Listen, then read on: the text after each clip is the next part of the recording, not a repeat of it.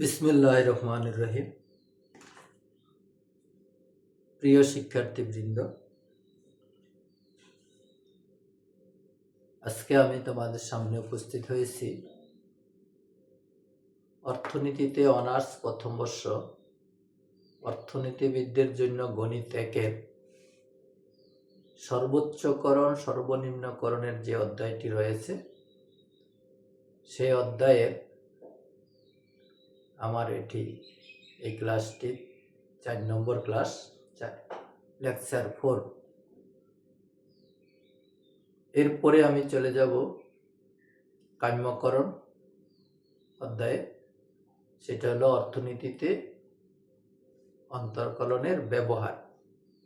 সেখানে আমরা অর্থনীতির বিভিন্ন বিষয়ের সাথে সম্পর্কিত সমস্যাগুলি নিয়ে আলোচনা করব, যেমন উপযোগ সর্বোচ্চকরণ, উৎপাদন সর্বোচ্চকরণ, আয় সর্বোচ্চকরণ, ব্যয় সর্বনিম্নকরণ, মুনাফা সর্বোচ্চকরণ। তাইলে সর্বোচ্চকরণ পুরো অর্থনীতি জুড়েই আছে।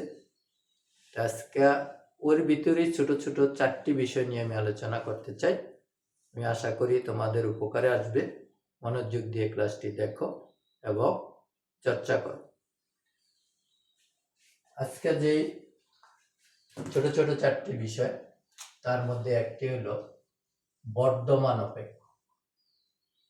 একটি অপেক্ষক দিয়ে আমাদেরকে বলবে এটা বর্ধমান না হ্রাসমান পরীক্ষা করে।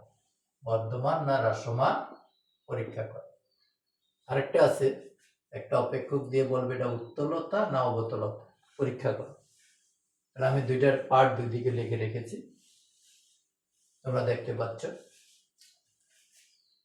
এই অপেক্ষকটা দিয়ে আমাদেরকে বলছে এটা বর্ধমান না হ্রাসমান, ইনক্রিজিং ফাংশন না ডিক্রিজিং ফাংশন। তাহলে সেটা জানার জন্য আমাদের একটা শর্ত পরীক্ষা করতে হবে। পরীক্ষাটা কি আমি করছি, তোমরা দেখো। প্রথমে এটার একবার ডিফারেন্সিয়েশন করো। এটাকে লিখতে হয় এইভাবে, একই কথা। এইখানে একটা ডট মানে একবার করা। তাহলে এটাকে যদি আমরা ডিফারেন্সিয়েশন করি তাহলে কত হয়? 3x² plus 8। সবচেয়ে বড় কথা হলো এইসব অঙ্কগুলি করতে অবশ্যই ডিফারেন্সিয়েশন ভালোভাবে শিখতে হবে। ডিফারেন্সিয়েশন বা অন্তরীকরণ যারা দুর্বল তারা এই অঙ্কগুলি ভালো বুঝবে না। এই জন্য অন্তরীকরণ আমাদের ক্লিয়ার করতে হবে। যাদের সমস্যা আছে আগের ক্লাসগুলি দেখে দেখে, বই দেখে দেখে তোমরা এগুলি শিখে ফেলো। অন্তরীকরণ না শিখলে কিন্তু অর্থনীতিতে ভালো করা যাবে না, এটা আমি বলে রাখি বারবার। অন্তরীকরণটা শিখে ফেলো। এখন দেখো, একবার অন্তরীকরণ করে আমরা এটা পেলাম।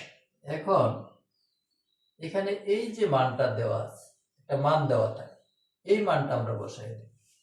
3 × 2² প্লাস হলো 8। তাহলে 2 × 2 = 4, 3 × 4 = 12 যোগ হলো 8। তাহলে 12 আর 8 কত? 20। এই 20টা কি? পজিটিভ, ধনাত্মক মান আসে। তাইলে বলছে যদি এই ফার্স্ট অর্ডারটা পজিটিভ হয় তাহলে অপেক্ষকটা হবে বর্ধমান। তাহলে আমরা লিখব f.x > 0, তাই অপেক্ষকটি কি হবে? বর্ধমান। অপেক্ষকটি বর্ধমান। তাইলে যদি এটা নেগেটিভ হতো তাহলে হয়তো কি? অপেক্ষকটি হ্রাসমান। তাহলে একই অঙ্ক দিয়ে আমরা দুইটা করে ফেলতে পারি। প্রথমে এটাকে একবার ডিফারেন্সিয়েশন করব, করার পরে যেই মানটা এখানে থাকবে সেটা বসাই দিব। আর এইভাবে যদি মান চলে আসে তো আসলেই কোনো সমস্যা নেই।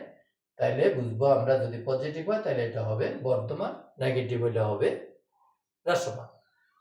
তাইলে এই কথাটুকু আমাদের মনে রাখলে আমাদের এই সমস্যার সমাধান হয়ে গেল। বর্ধমান না হ্রাসমান। ফার্স্ট অর্ডার করব। ফার্স্ট অর্ডার যদি পজিটিভ হয় তাহলে এটা হবে বর্ধমান, ইনক্রিজিং ফাংশন। আর যদি এটা নেগেটিভ হয় তাহলে হবে ডিক্রিজিং ফাংশন। এই ইনক্রিজিং ফাংশনটা কি হবে? চিত্রটা এরকম হবে। এখানে যদি একটা স্পর্শক আঁকি তাহলে সেই স্পর্শকটা কি হবে? ঊর্ধ্বমুখী হবে। এটা ঢাল পজিটিভ হবে, রেখাটা ঊর্ধ্বমুখী হবে। তাহলে এরকম হলে এটা বুঝবো ইনক্রিজিং ফাংশন। অনেক সময় চিত্র দেখাইতে বলে বা বলতে পারে বর্ধমান অপেক্ষক কাকে বলে, চিত্রের মাধ্যমে দেখো, অথবা কাকে বললে আমাদের এটাও দিতে হবে, আবার এই চিত্রটাও দিতে হবে।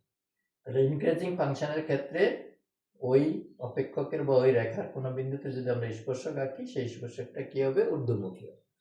আবার যদি এটা ডিক্রিজিং হতো তাহলে কি হতো? এখানে যদি স্পর্শক আঁকা হতো এটা নিম্নগামী হতো, এটা ডালটা হতো ঋণাত্মক। তাহলে এটা হলো ডিক্রিজিং ফাংশন বা হ্রাসমান অপেক্ষক, আর এটা হলো ইনক্রিজিং ফাংশন বা বর্ধমান অপেক্ষক। আমি আশা করি তোমরা বুঝতে পারছো ইনক্রিজিং ফাংশন কি, ডিক্রিজিং ফাংশন কি। আমি এরকম আর 10টা অঙ্ক করতে পারি, একই কথা। একটা ভালো করে বুঝলে 10টা করার কোনো প্রয়োজন আছে বলে আমি মনে করি না। তাহলে এটা শেষ হলো আমাদের।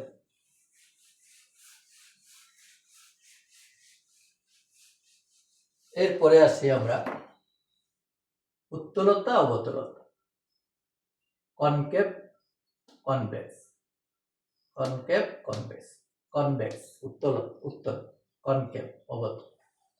তাহলে সে একই অঙ্ক, একটা অঙ্ক দিয়ে আমাদেরকে বলবো এই মানে এটা উত্তল না অবতল, উত্তল না অবতল, অথবা একত্রেই বলতে পারে উত্তলতা অবতলতা সম্বন্ধে মন্তব্য করো। তাহলে এটার ক্ষেত্রে আমাদের কি করতে হবে? এই অঙ্কটা দেওয়া আছে, মূল অঙ্ক হলো এটা আমাদের। এটারে প্রথম আমরা ডিফারেন্সিয়েশন করব আগের মতো। করলে কত হয়? 3 দুগুণে 6 x স্কয়ার মাইনাস 10 এটুক হয়। এই উত্তলতা অবতলতার ক্ষেত্রে মনে রাখতে হবে এটা সেকেন্ড অর্ডার করতে হবে, দ্বিতীয়বার করতে হবে। বর্ধমান হ্রাসমান ক্ষেত্রে একবার করতে হবে, আর এটার ক্ষেত্রে দুইবার করতে হবে। দ্বিতীয়বার করার পরে করলাম, এটার করলে 6 দুগুণে 12x। এখন এই যে মানটা বসে দিলাম, কত? 1, 12 একে 12, এটাও পজিটিভ। এখানে বলছে যেহেতু f double dot x greater than 0 তাই অপেক্ষকটি উত্তল। এটা মনে রাখি আমরা। এখানে পজিটিভ হলে হবে উত্তল, আর নেগেটিভ হলে হবে অবতল। তাহলে সেকেন্ড অর্ডারটা যদি পজিটিভ হয় তো এটা হবে উত্তল, আর যদি নেগেটিভ হতো তাহলে হতো অবতল। তাইলে উত্তলতা অবতলতা পরীক্ষা করার জন্য আমরা ফার্স্ট অর্ডার করব, কিছু ধরবো না এটাকে, এখানে মানও বসাবো না। সেকেন্ড অর্ডার করার পরে মান বসাবো, আর এখানে কিন্তু ফার্স্ট অর্ডার করার পরেই মান বসিয়ে দিয়েছি। এখানে সেকেন্ড অর্ডার করার পরে এই মানটা বসাবো। বসায় যদি দেখি পজিটিভ হয় তাহলে এটা হবে উত্তল, নেগেটিভ হলে হবে অবতল। তাহলে যদি বলে উত্তলতা অবতলতা সম্বন্ধে কি জানো, কাকে বলে দেখাও, তাহলে ঠিক একই কথা, একই কথা। এখন আমি আরেকটা দেখাই, এটা তো উত্তল হল, অবতলের একটা দেখাই।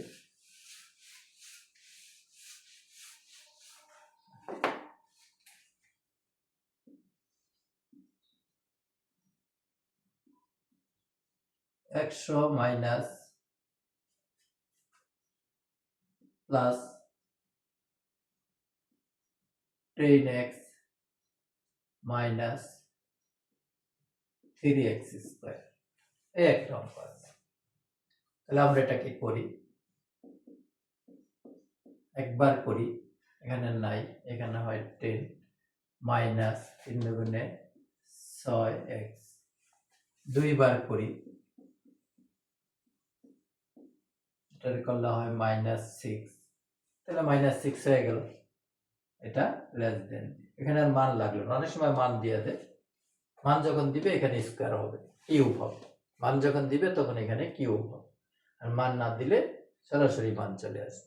যদি স্কোয়ার থাকে দুইবার করলে তো এমনি চলকটা চলে যায়, এই জন্য অঙ্কগুলিতে কিউব দেখে, এখানে কিউব দিয়ে দিই আমি, আর এখানে x ইজ ইকুয়াল টু 3 দিয়ে দিই।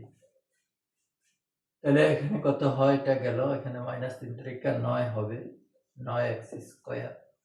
এখানে যদি আবার করি তাহলে কত হবে? 6 দুগুণে 18, 18x হয়। তাহলে আমাদের এখন মাইনাস 18 ইন্টু এক্স এর মান 3 বসাই দিই, 3 8 24, 4 হাত থাকে 2, 3 2 5 54, মাইনাস 54 লেস দেন 0। তাহলে F double dot x less than 0, তাই অপেক্ষকটি x ইজ ইকুয়াল টু 3 বিন্দুতে কি হবে, অবতল হবে, অবতল হবে। তাহলে হয়ে গেল আমাদের এটা ফার্স্ট অর্ডার করলাম। এখানে নাই, এখানে হয় 10 মাইনাস 3 দিকে 9x², এটাকে আবার করলে এখানে নাই, এখানে হয় মাইনাস 9 দুগুণে 18x। এখন এই x এর মান 3 বসিয়ে দিলাম, বসাই দিলে হয় মাইনাস 54 লেস দেন 0। তাহলে f double dot x less than 0, তাই অপেক্ষকটি x ইজ ইকুয়াল টু 3 বিন্দুতে অবতল হবে। তাহলে মোটামুটি আমাদের এই 4টা বিষয় আমরা শিখলাম আজকে অল্প সময়ের মধ্যে। একটা হলো বর্ধমান, ফার্স্ট অর্ডার করে x এর মান বসিয়ে যদি আমরা ধনাত্মক পাই তাহলে বর্ধমান, আর ঋণাত্মক পেলে হ্রাসমান।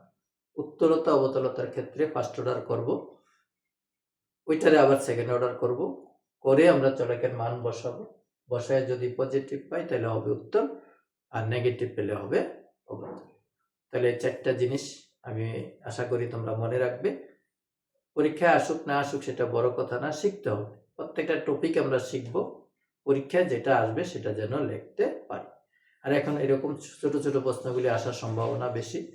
তোমরা জানো এক একটা প্রশ্নে এখন 10 নম্বর করে থাকবে, এর ভিতরে ক খ গ থাকবে।